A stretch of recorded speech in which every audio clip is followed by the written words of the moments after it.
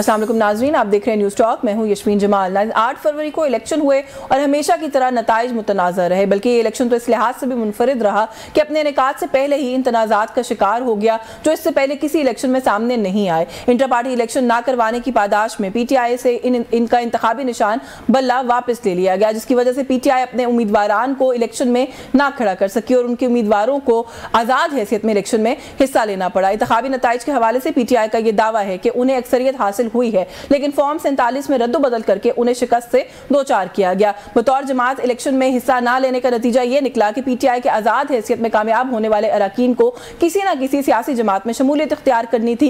क़यादत ने मुख्तलिफ ऑप्शन पर गौर किया और कुछ पर अमल दरामद में नाकामी के बाद कुराए फाल सुन्नी इत्तेहाद काउंसिल के नाम निकला और इन अरकान ने सुन्नी इत्तेहाद काउंसिल में शमूलियत इख्तियार कर ली। अब यहाँ से एक नए कानूनी तनाज़े ने जन्म लिया और वो ये था कि मखसूस नशिस्तों की अलॉटमेंट का क्या बनेगा। यहाँ पर मसला ये था कि सुन्नी इत्तेहाद काउंसिल ने ना सिर्फ बतौर सियासी जमात इंतखाबात में हिस्सा नहीं लिया था, बल्कि मखसूस नशिस्तों के लिए तरजीही लिस्ट भी इलेक्शन कमीशन में जमा नहीं करवाई गई थी। इसको बुनियाद बनाकर इलेक्शन कमीशन ने सुन्नी इत्तेहाद काउंसिल को तनासुब की बुनियाद पर मिलने वाली मखसूस नशिस्तें दूसरी सियासी जमातों को दे दी। Chief election commissioner Sikandar Sultan Raja की सरबराही में 5 रुकनी कमीशन ने आइन के आर्टिकल 53 की शिक 6 इलेक्शन एक्ट के सेक्शन 104 के तहत फैसला सुनाते हुए मखसूस नशिस्तें अलॉट करने की सुन्नी इत्तेहाद काउंसिल की दरखास्त मुस्तरद कर दी। फैसले में कहा गया था कि सुन्नी इत्तेहाद काउंसिल को मखसूस नशिस्तें नहीं दी जा सकती क्योंकि सुन्नी इत्तेहाद काउंसिल ने मखसूस नशिस्तों के लिए फहरिस्त जमा ही नहीं करवाई है। फैसले में कहा गया कि मखसूस नशिस्तें खाली नहीं रहेंगी, बल्कि मुतनासिब नुमाइंदगी के तरीक़ेकार के तहत दूसरी सियासी जमातों में तकसीम कर दी जाएंगी। इलेक्शन कमीशन ने मुस्लिम लीग नून, पीपल्स पार्टी, MQM पाकिस्तान और JUIFA की दरखास्तें मंजूर करते हुए मखसूस नशिस्तें उन्हें अलॉट कर दी। मखसूस नशिस्तों का मामला पेशावर हाई कोर्ट से होता हुआ सुप्रीम कोर्ट तक आ पहुंचा। सुप्रीम कोर्ट में 3 मई से जारी समाअत अपने मंतकी अंजाम तक पहुंचने वाली है। कल तक समाअत को फिलहाल मुलतवी किया गया है। दौरान समाअत चीफ जस्टिस ने PTI की गलती की निशानदेही की और उन्हें तंबीह करते हुए कहा कि मेरे हिसाब से आपका केस अच्छा होता अगर आप इलेक्शन के बाद PTI ज्वाइन करते। कल सुन्नी इत्तेहाद काउंसिल को कंट्रोल करने वालों का मूड बदला तो आप कहीं के नहीं रहेंगे। अदालत उज़्मा ने अपने रिमार्क्स में यह भी कहा कि सुप्रीम कोर्ट की PTI को बल्ला निशान ना देने की जो फैसला था उसकी तशरीह ही गलत की गई। ये सारा मसला तब पैदा हुआ है। अब देखना यह है कि ये ऊंट किस करवट बैठता है। अगर फैसला PTI यानी सुन्नी इत्तेहाद काउंसिल के हक में आया तो मखसूस नशिस्तें उन्हें मिल जाएंगी, लेकिन अगर फैसला उनके खिलाफ आया तो सियासी रास्ता इख्तियार करने का इंदिया भी PTI ऑलरेडी दे चुकी है। जी व्यूअर्स, इन सभी इशूज़ पे बात करने के लिए हमारे साथ मौजूद हैं पाकिस्तान तहरीक इंसाफ के सीनियर रहनुमा शौकत बसरा साहब ने हमें ज्वाइन किया है।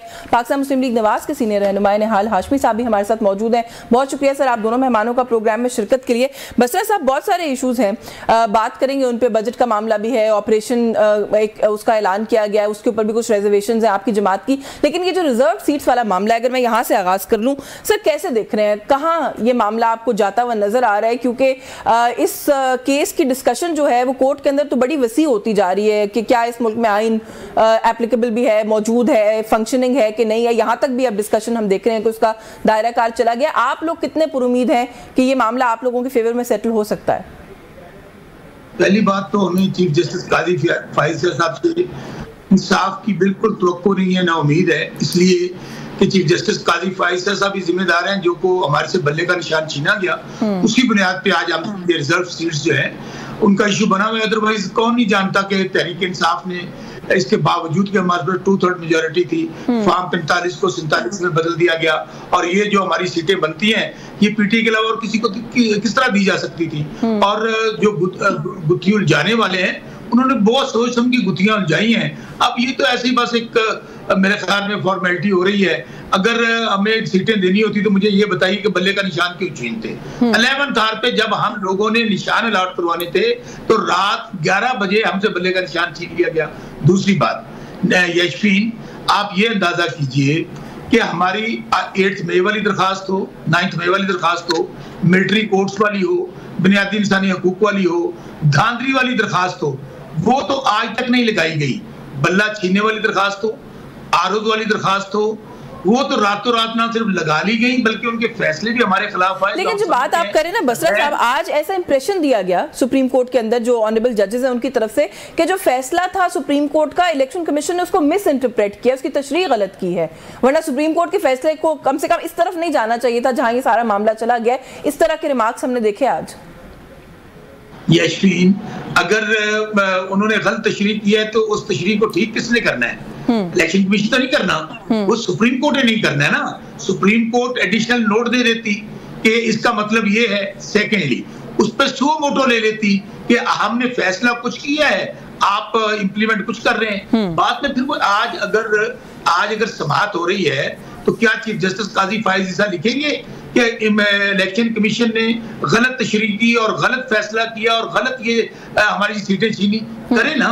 लेकिन मैं फिर आपको बात बता रहा हूँ, हमारे खिलाफ तो एक नया 9 मई से लेके ऑनवर्ड पाकिस्तान में कोई आइन नहीं है, कोई कानून नहीं है, बल्कि जंगल का कानून है। यहाँ पर सिर्फ एक जमात को दीवार के साथ लगाने के लिए, इमरान खान को दीवार के साथ लगाने के लिए पूरे पाकिस्तान को दीवार के साथ लगा रहे हैं। नुकसान पाकिस्तान का हो रहा है। चले इस पे बात करते हैं। मैं मजीद भी बात करूंगी, आज की प्रोसीडिंग में और भी बहुत सारी बातें कही गई हैं। निहाल हाशमी साहब को गुफ्तगू में शामिल कर लें।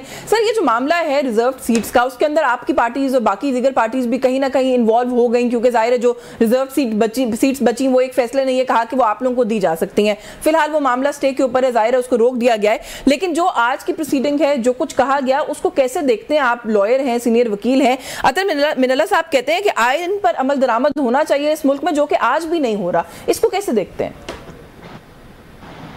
बिस्मिल्लाहिर्रहमानिर्रहीम।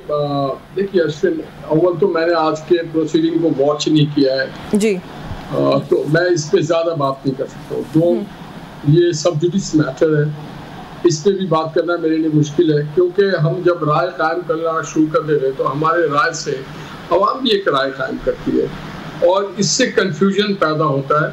हम सब मैं बसरा साहब जितना काबिल नहीं हूँ, मैं वकील जरूर हूँ, मगर बसरा साहब शायद बहुत काबिल हो। हम जजमेंटल बन जाते हैं, हम हमेशा जजमेंटल बन जाते हैं। जिनका काम है जजमेंट देना, let them decide it, let them hear them. ये बिल्कुल ओपन ट्रांसपेरेंट प्रोसीडिंग हो रही है।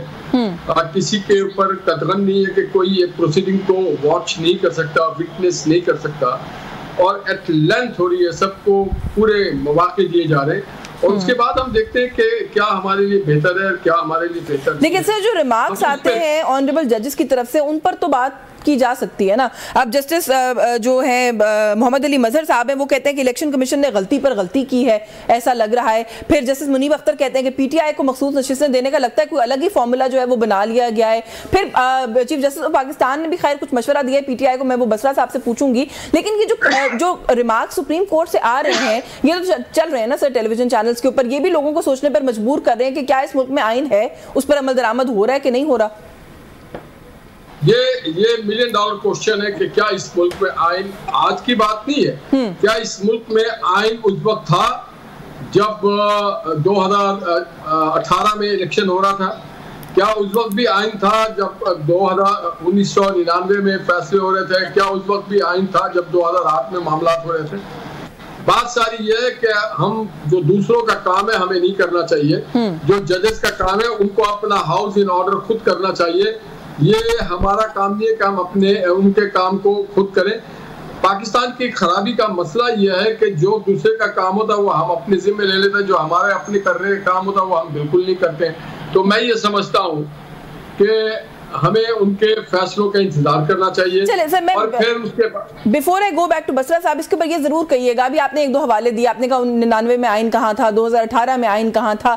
अच्छा ना हो सर कि आप सभी सियासतदान इस बात को मान लें कि 18 में भी आइन नहीं था, आज जो हुआ वो भी बहुत सारा कुछ गलत हो रहा है, उसमें भी आइन नहीं है। लेकिन हमारा अनफॉर्चुनेट मसला ये है कि 2018 में पाकिस्तान तहरीक इंसाफ को सूट करता था, वो कहते थे आइन है, आज आपको सूट करता है, आप कहते हैं आइन है। आप लोग मिलते क्यों नहीं है सर इस इशू के ऊपर, ताकि ये मामला सुप्रीम कोर्ट तक जाए ही ना? आपकी बात बहुत शानदार और बहुत अच्छी है, इस गौर तलब है और इस पे होना चाहिए। और इसके लिए बेस्ट जो फोरम है वो है पार्लियामेंट। जिनको भी प्रॉब्लम्स है, और हम सबको है प्रॉब्लम, हम बैठे, हम पार्लियामेंट को अखाड़ा ना बनाए बल्कि संजीदा गुफ्तगू करें और वहां पे बैठ के अगर आइन के कहीं पे कोई कमी बेशी है तो उस रकम को दूर करें और आइन को अपनी असली शक्ल में लेके आए। और ये भी हम कोशिश करें कि जो लोग आइन की पासदारी नहीं करते हैं और उसको माई वर्ड इज लॉ बनाते हैं, उनका भी एहतसाब होना चाहिए। तो इसके लिए बेस्ट जगह है कि आज भी देर नहीं हुआ है, पार्लियामेंट में जाए और बैठ के वहाँ पे सयाल हासिल बहस करें। बिल्कुल ठीक है। अच्छा बसर साहब, वैसे तो अभी समाज जो है मुलतवी हो गई है परसों तक के लिए, लेकिन इस सारी उसके अंदर आपने कहा कि आप लोगों को उम्मीद नहीं है इस वक्त सुप्रीम कोर्ट से जो मामला जिस तरीके से चल रहे हैं, लेकिन सर अपनी गलतियों को भी कहीं मान नहीं लेना चाहिए। चीफ जस्टिस ऑफ पाकिस्तान ने कल एक बात कही, उन्होंने कहा जी कि जो सियासी खुदकुशी पाकिस्तान तहरीक इंसाफ ने की सुन्नी इत्तेहाद काउंसिल को ज्वाइन करके, उसकी जिम्मेदारी तो हम पर नहीं डाली जा सकती ना, मत करते।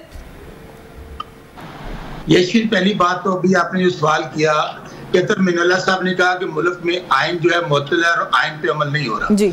आप मुझे बताइए कि जिस माशरे के अंदर जजेस गैर महफूज हों और अदलिया पे सरेआम मुदाखलत हो रही हो और अदलिया कह रही हो कि हमें उठाया जा रहा है, हमें धमकाया जा रहा है, हमारे घरों में कैमरे लगाए जा रहे हैं, जिस माशरे के अंदर सहाफ़ी अगवा हो रहे हैं और कत्ल हो रहे हैं और उनके लिए काले कवानीन बन रहे हों, जिस माशरे के अंदर बुनियादी इंसानी हकूक का जनाजा निकाल दिया गया हो, पाकिस्तान की तारीख का सबसे बड़ा इंतखाबात में डाका डाला गया हो, इमरान खान समेत तमाम सियासी कारकुनों को दहशत गर्दों की तरह डील किया जा रहा हो, माओ बहनों बेटियों को 1 साल से जेलों में बंद कर दिया हो, तो मुझे बताइए कौन सा आइन, कौन सा कानून, और इस पे अमल किसने करवाना है?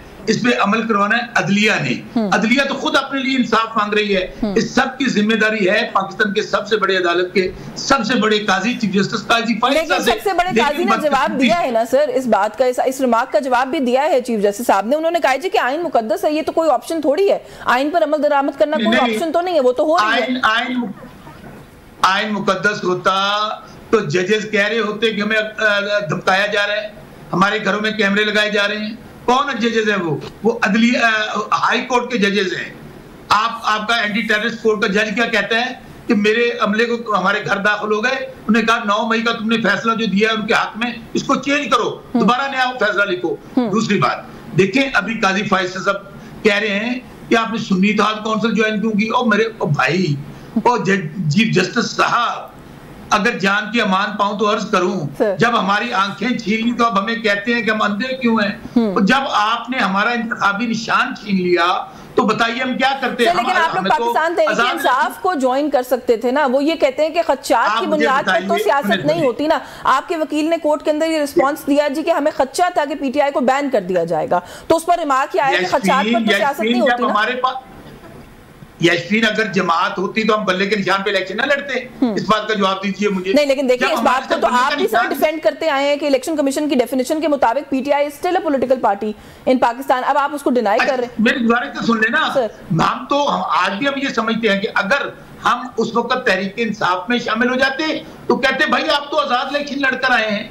बात तो सिर्फ ये है कान को इधर से पकड़ ले, कान को इधर से पकड़ ले, क्योंकि इस वक्त पूरा सिस्टम तहरीक इंसाफ और इमरान खान के खिलाफ हुआ है। उनको ये पता है इस बात का कि पाकिस्तान में 2/3 मेजोरिटी, आज हम फॉर्म 45 वाले गए थे नेशनल असेंबली के अंदर, हमने पार्लियामेंट्री पार्टी की मीटिंग की है और हमने चैलेंज दिया इनको कि आ जाए, जो फॉर्म 47 पे जीते हुए हैं आए हमारे सामने, इंक्लूडिंग मियां शहबाज शरीफ। आपके हम पार्लियामेंट में पहुंच गए, हम सेशन के अंदर गए हैं, विजिटिंग गैलरी में चैलेंज करके आए इनको कि ये कुरान पाक पे हलफ दे दें। ये सब लोग हारे हुए हैं। तो गुजारिश ये है, हम अदलिया से ये समझते हैं, हम अदलिया पे नून लीग की तरह हमला नहीं करेंगे, हम गुल्लू बट लगाकर वहां पर सुप्रीम कोर्ट पर हमला नहीं करेंगे, लेकिन ये बहुत जुल्म और ज्यादती है कि अगर आज पाकिस्तान में जी अगर देखिए ना, मेरी यही गुजारिश सुन लें, आज आपने 1 साल से पाकिस्तान में हर तरह का जबर जुल्म बर्बरियत करके देख ली। आपने इमरान खान हिस्ट्री कह दिया, पार्टी तोड़ ली, निशान ले लिया और उसके बावजूद 200 मुकदमा दर्ज कर लिया खान पे, और आज पाकिस्तान का वजीर आजम शादी के जुर्म में जेल में बंद है। कितनी बेशर्मी की बात है। और ऊपर से आज फुल कोर्ट इस बात पे लगी हुई है वजीर आजम जेल में बंद है। और इद्दत का केस बिल्कुल ठीक है, शर्मनाक है, लेकिन जहां हमलों की बात है, जहां प्रोटेस्ट करने की बात है, जहां पे मॉब जो है वो तोड़फोड़ करने की बात है, सर वैसे बहुत सारे मामला आपकी जमात के भी हैं, उनकी जमात के भी हैं। मैं यही तो बात कर रही हूँ ना कि अगर हिस्ट्री उठा के देखें, अपने अपने वक्त में जिसको जो जो सूट किया सबने किया। शौकत बसर साहब, यहाँ पर मुझे एक ब्रेक लेनी है सर, ब्रेक से वापस आके आपसे मजीद बात करते हैं। व्यूअर्स हमारे साथ रहिए।